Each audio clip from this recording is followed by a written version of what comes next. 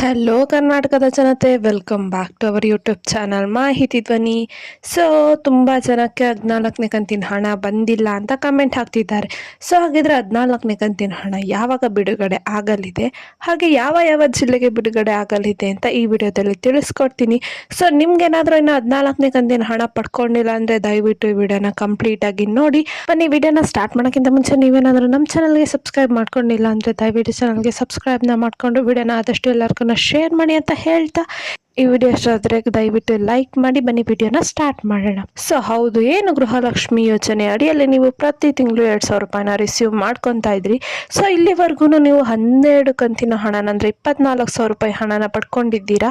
ಇವಾಗ 13ನೇ ಕಂತಿನ ಹಣನೂ ಕೂಡ ಬಿಡುಗಡೆ ಮಾಡಿದ್ದಾರೆ ಕೆಲವರು. ಸೊ ಇದೇ ಹಿನ್ನೆಲೆಯಲ್ಲಿ 14ನೇ ಕಂತಿನ ಹಣ ಈ ತಿಂಗಳಿನಕ್ಕೋಸ್ಕರ ಎಲ್ಲ ಮಹಿಳೆಯರು ಕಾಯ್ತಾ ಇದ್ದೀರಾ. ಹಾಗಿದ್ರೆ 14ನೇ ಕಂತಿನ ಹಣ ಯಾವಾಗ ರಿಲೀಸ್ ಮಾಡ್ತಾರೆ ಅಂತ ಈ ವಿಡಿಯೋದಲ್ಲಿ ಡೀಟೇಲ್ ಆಗಿ ತಿಳಿಸ್ಕೊಡ್ತೀನಿ. ಎಲ್ಲ ವಿಡಿಯೋನ ಸ್ಕಿಪ್ ಮಾಡ್ದಲೆ ಕೊನೆವರೆಗೂ ನೋಡಿ. ಸೊ ಹೌದು, ಏನು ಗೃಹಲಕ್ಷ್ಮಿ ಯೋಜನೆಯ ಸಚಿವೆ ಆದ ಲಕ್ಷ್ಮೀ ಹೆಬ್ಬಾಳ್ಕರ್ ಅವರು ಮುಂಚೆ ಹೇಳಿದ ಪ್ರಕಾರ ಒಂದೇ ತಿಂಗಳಲ್ಲಿ ನಾವು 3 ಕಂತಿನ ಹಣನ ರಿಲೀಸ್ ಮಾಡ್ತೀವಿ ದೀಪಾವಳಿ ಹಬ್ಬದ ಪ್ರಯುಕ್ತ ಅಂತ ಹೇಳಿದರು. ಆದರೆ ದಸರಾ ಹಬ್ಬಕ್ಕಿಂತ ಮುಂಚೆ ನಿಮಗೆ ಪೆಂಡಿಂಗ್ ಇರುವ 2 ಕಂತಿನ ಹಣನ ಅಂದರೆ 12 ಮತ್ತು 13ನೇ ಕಂತಿನ ಹಣನ ರಿಲೀಸ್ ಮಾಡಿದ್ರು. ಸೊ ಇವಾಗ ಏನು ನೀವು 4,000 ರೂಪಾಯಿನ ಪಡ್ಕೊಂಡಿದ್ದೀರಾ, ಇನ್ನು ಬಾಕಿ ಇರುವ 2,000 ರೂಪಾಯಿ ಅಂದರೆ 1 ಕಂತಿನ ಹಣನ ಮಾತ್ರ ಅವರು ಬಿಡುಗಡೆ ಮಾಡಬೇಕಾಗಿದೆ, 14ನೇ ಕಂತಿನ ಹಣನ. ಹಾಗಿದ್ರೆ 14ನೇ ಕಂತಿನ ಹಣನ ಯಾವ ಯಾವ ಜಿಲ್ಲೆಗೆ ಮೊದಲು ರಿಲೀಸ್ ಮಾಡ್ತಾರೆ ಅಂತ ನೋಡೋದಿದ್ರೆ ಬರೋಬ್ಬರಿ 15 ಜಿಲ್ಲೆಗೆ 14ನೇ ಕಂತಿನ ಹಣ ಬಂದು ಜಮಾ ಆಗಲಿದೆ.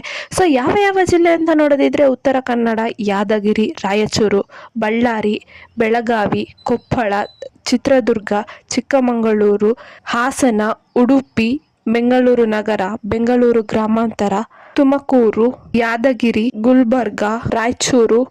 ಸೊ ಇಷ್ಟು ಜಿಲ್ಲೆಗಳಿಗೆ ಮೊದಲನೇ ಹಂತದಲ್ಲಿ ಹಣ ಬಂದು ಜಮಾ ಆಗಲಿದೆ. 14ನೇ ಕಂತಿನವರೆಗೂ ಪಡ್ಕೊಂಡಿದ್ದೀರಾ ಅವರು 14ನೇ ಕಂತಿನ ಹಣನ ಯಾವುದೇ ತೊಂದರೆ ಇಲ್ಲದೇ ಪಡ್ಕೊತೀರಾ. ಸೊ ಇದಿಷ್ಟು ರೀಸೆಂಟ್ ಆಗಿ 14ನೇ ಕಂತಿನ ಬಗ್ಗೆ ಇದ್ದ ಅಪ್ಡೇಟು. ಈ ಮಾಹಿತಿ ನಿಮ್ಗೆ ಇಷ್ಟ ಆಯ್ತು ಅನ್ಕೊಂತೀನಿ. ಇಷ್ಟ ದಯವಿಟ್ಟು ಚಾನಲ್ಗೆ ಸಬ್ಸ್ಕ್ರೈಬ್ ಮಾಡ್ಕೊಂಡು ದಯವಿಟ್ಟು ವಿಡಿಯೋನ ಲೈಕ್ ಮಾಡಿ. ಏನೇ ಪ್ರಾಬ್ಲಮ್ ಇತ್ತಂದ್ರೆ ಕಮೆಂಟ್ ಹಾಕಿ. ಧನ್ಯವಾದಗಳು.